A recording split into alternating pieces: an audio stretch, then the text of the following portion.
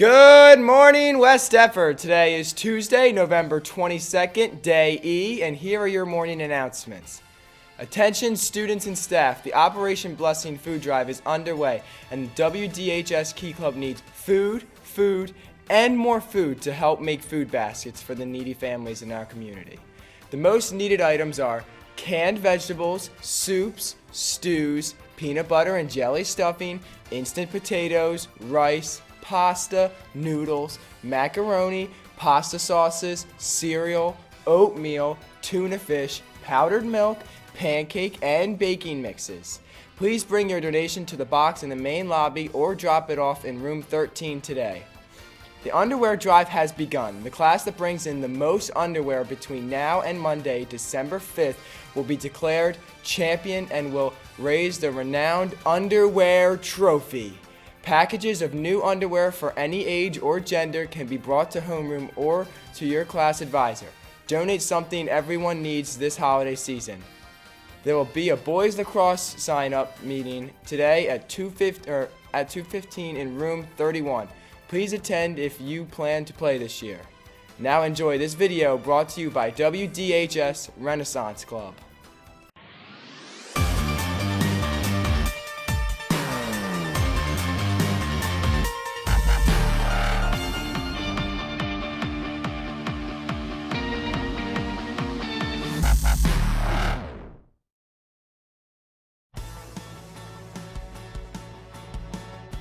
What's up? I'm Mike Smith.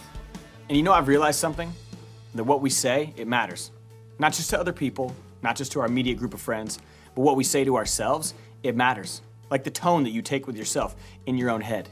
The thing that you say to yourself the first minute you get out of bed in the morning, or before you go to bed at night, or before a test, or before a game, or if you're on the free throw line, or if you're about to approach someone and talk to a person for the first time. What we say to ourselves, it matters. And if you're like me, sometimes it can be pretty brutal. The things you say inside your head can be pretty difficult. Sometimes you focus on your failures, your mistakes, the times you didn't go for it. You talk yourself out of things that seem to be really important for you. And the bigger the thing, the bigger the event, the more it means to you, the more important self-talk actually is. And most of our self-talk, we would never think about repeating that out loud to someone else. But here's what we don't realize. People on the outside, they don't have to hear what we say to ourselves to be affected by it. Your inner talk, your inner confidence, your inner beliefs about yourself, if you tell yourselves those things over and over, you'll begin to believe that way. You'll begin to live like that. The more you tell yourself you can do it, the more you believe in yourself, the more you use self-talk as a positive tool, the more confident you'll become. The more that you speak to yourself in a way that's empowering, you'll begin to dramatically change your life, your mood, the lives around you. Ultimately, you'll be able to change the way that you do things. And here's what I began to realize. First of all, you've got to be intentional. You've got to be honest with yourself. You can't lie to yourself in the back of your mind and tell yourselves things that aren't true, because ultimately you're the one that's going to suffer for it. You've just got to be gut level honest with who you are, the things that you do. Are you a negative person? Are you a positive person? Are you talking down to yourself? Are you building yourself up? And secondly, it's not all about you. It's like there's this movie playing inside of our head, and we're the main character. And sometimes we forget that there are other people around us who are just as important or just as valuable. And I think we need to remember it's not all about us. And lastly, I think it's important that we realize that our thoughts turn into our actions, and our actions ultimately turn into our habits. If you have a habit of believing you can't do something, a habit of doubting yourself, a habit of living life with fear, that comes from the way that you talk to yourself. But if you also have habits of going for it and disregarding fear and being willing to step up and do things that no one's ever done before, it's because you have a habit of talking to yourself in a positive light. Once a year, I like to push myself and do something really difficult. I grab me and a group of friends on our skateboards, and we start on one border of Nebraska, and we skate 430 miles all the way across the entire state of Nebraska as a fundraiser for charity. And it's hard. It's really hard.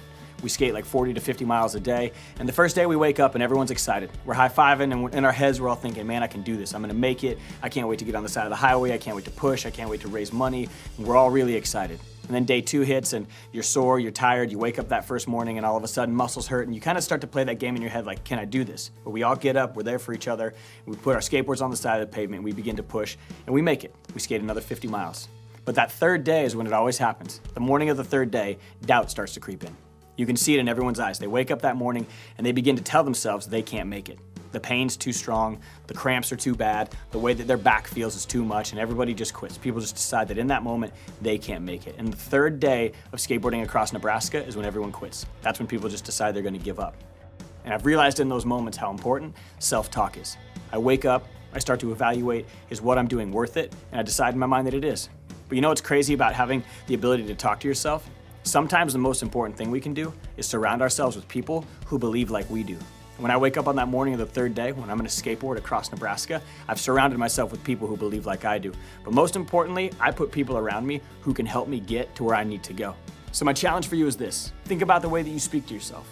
Are your thoughts filled with fear and doubt and disbelief that you can make it? Or have you told yourself you can do this, you've got it, you can do what it takes to make it? I mean, either you're telling yourself that you can or you're telling yourself that you can't. Either way, you'll be right.